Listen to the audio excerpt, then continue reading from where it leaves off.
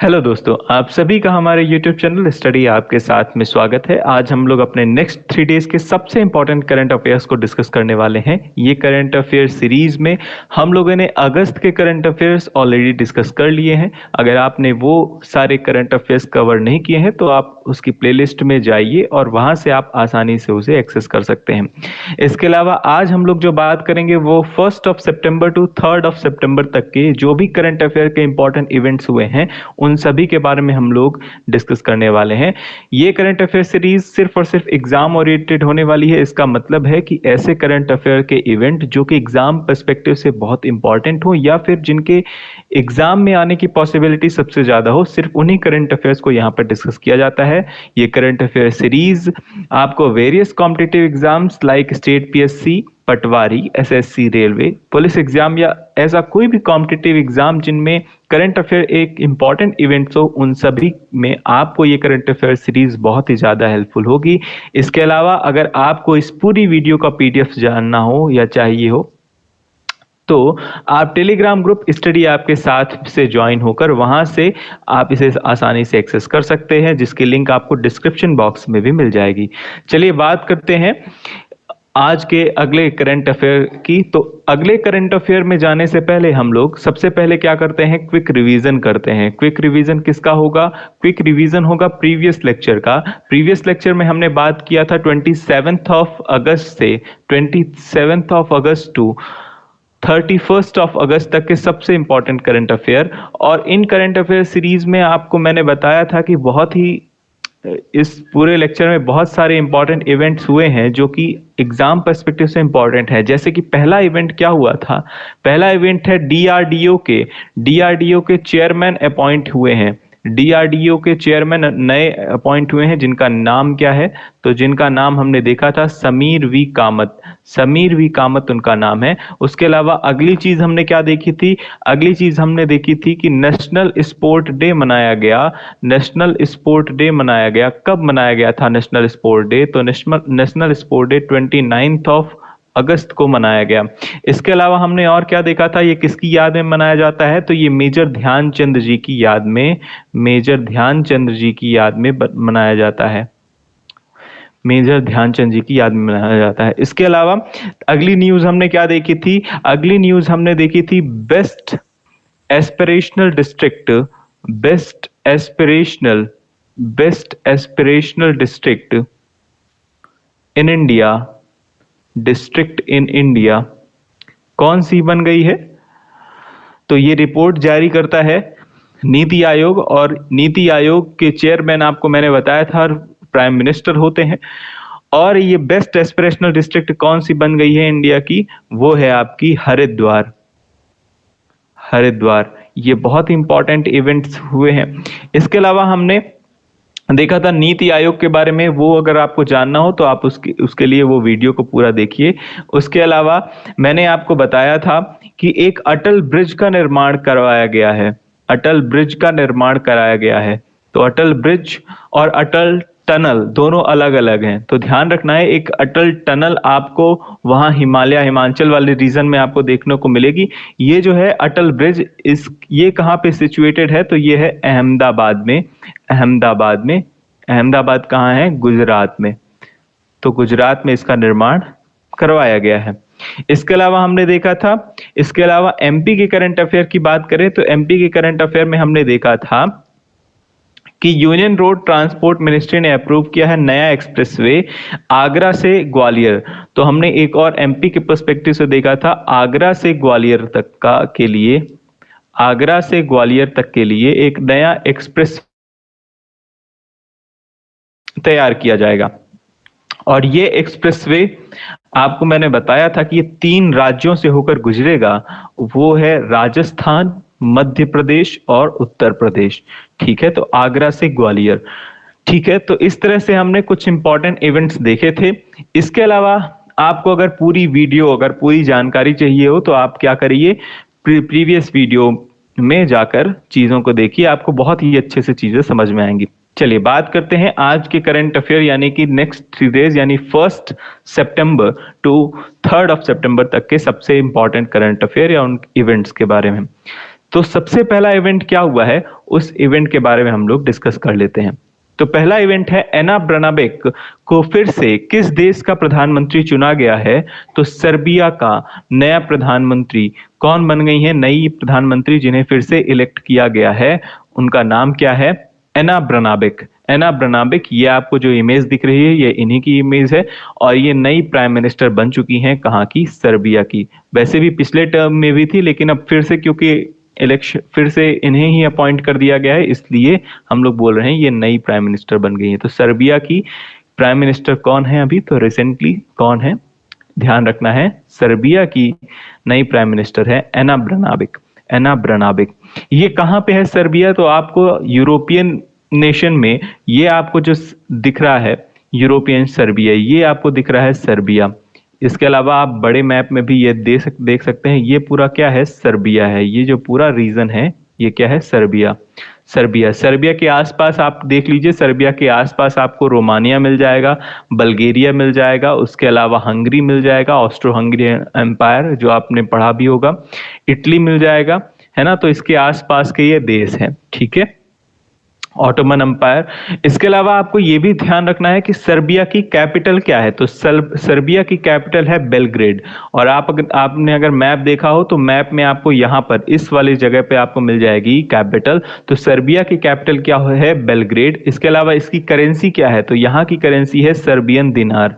Serbian दिनार, जैसे कि इंडिया की करेंसी क्या है? रुपी, वैसे ही वहां की करेंसी क्या है? वहां की करेंसी है सर्बियन दिनार। इसके अलावा हम लोग कुछ और रिसेंट अपॉइंटमेंट देख लेते हैं। रिसेंट अपॉइंटमेंट में हमने देखा था कि first women president of Hungary, first women president of Hungary, ये क्वेश्चन बहुत इंपॉर्टेंट है क्योंकि एमपीपीएससी में भी साथ ही साथ रेलवे के भी किसी न किसी सेट में आया हुआ है ये क्वेश्चन। तो first women president of Hungary कौन है?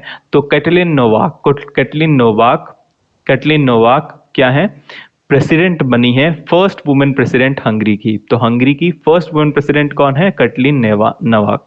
ये हंगरी आपको अगर नहीं समझ में आ रहा तो ये देखिए, हंगरी आपको दिख जाएगा इस वाले रीजन पर, ठीक है। तो हंगरी की नई प्रेसिडेंट, नई वुमेन प्रेसिडेंट या करंटली कौन है? Katalin Novak. उसके अलावा first women president of Tanzania, Tanzania की पहली वुमेन प्रेसिडेंट कौन है? तो समिया सुलुहु हसन।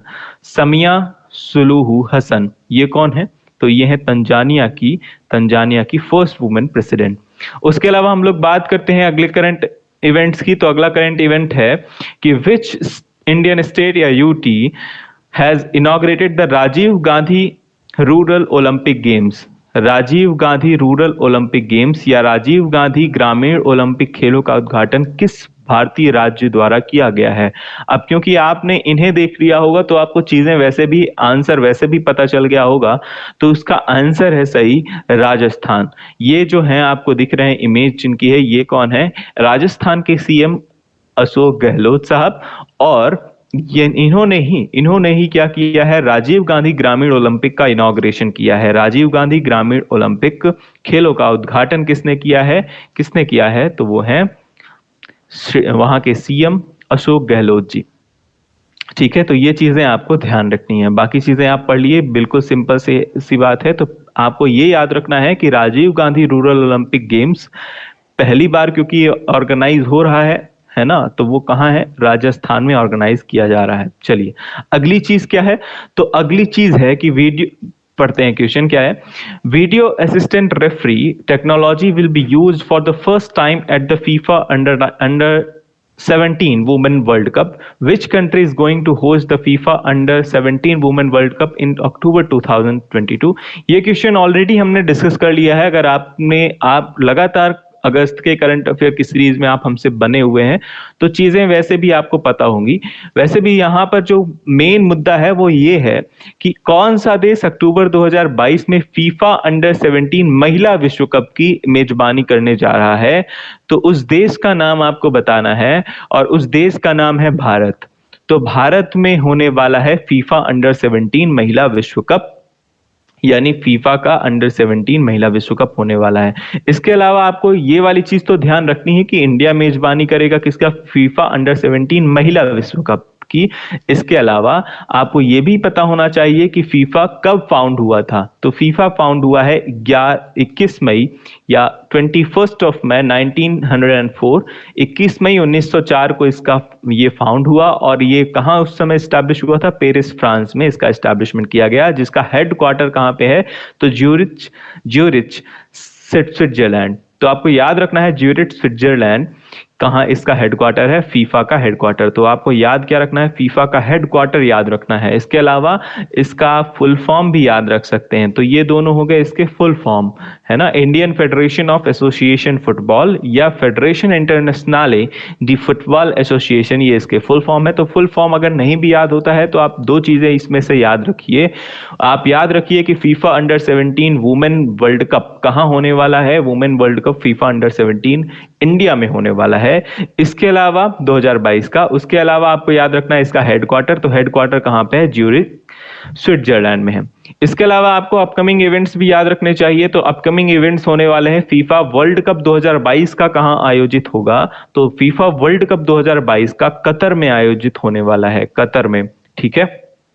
उसके अलावा 2026 का फीफा वर्ल्ड कप कहाँ आयोजित होगा? तो कनाडा, मैक्सिको और यूएसए में आयोजित किया जाएगा या ऑर्गेनाइज किया जाएगा। उसके अलावा आपको याद रखना है FIFA under 17 women world cup मैंने बता दिया इंडिया में, जबकि अंडर 20 वुमेन वर्ल्ड कप 2022 का कहाँ? कोस्टा रिका में। तो क्वेश्चन किस तरह से घुमा सकता है? क्वेश्चन पूछा जा सकता है FIFA under 17 women world cup कहाँ आयोजित हुआ? तो आपको बताना है इंडिया। अंडर 20 अगर पूछा जाए, अंडर 20 वुमेन वर्ल्ड कप कहाँ आयोजित हुआ? तो आपको बताना है कोस्टा रिका। उसके अलावा आपसे पूछा जाए कि वुमेन वर्ल्ड कप 2000, वुमेन ना पूछकर सीधा पूछ ले फीफा वर्ल्ड कप, सिर्फ फीफा वर्ल्ड कप अगर आपसे पूछे तो आपको बताना है 2022 का कतर में, जबकि 2026 का कनाडा, मैक्सिको और यूएसए में।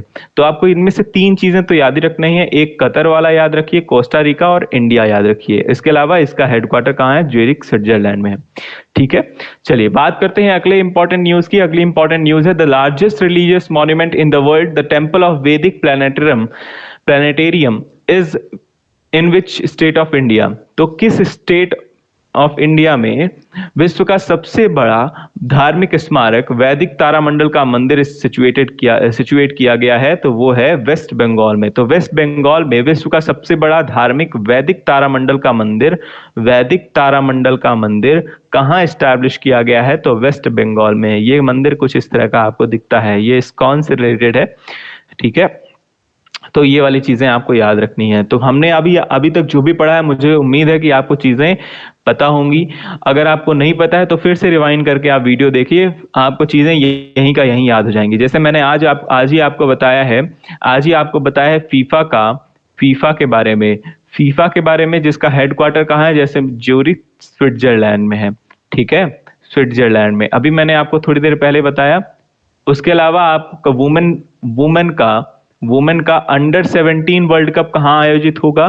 फीफा का वर्ल्ड कप कहाँ आयोजित होगा? इंडिया में आयोजित होगा, जबकि अंडर 20 कहाँ होगा? कोस्टा रिका में होगा। तो इस तरह से चीजें आपको याद रखनी है, कोस्टा रिका में आयोजित होगा, ठीक है।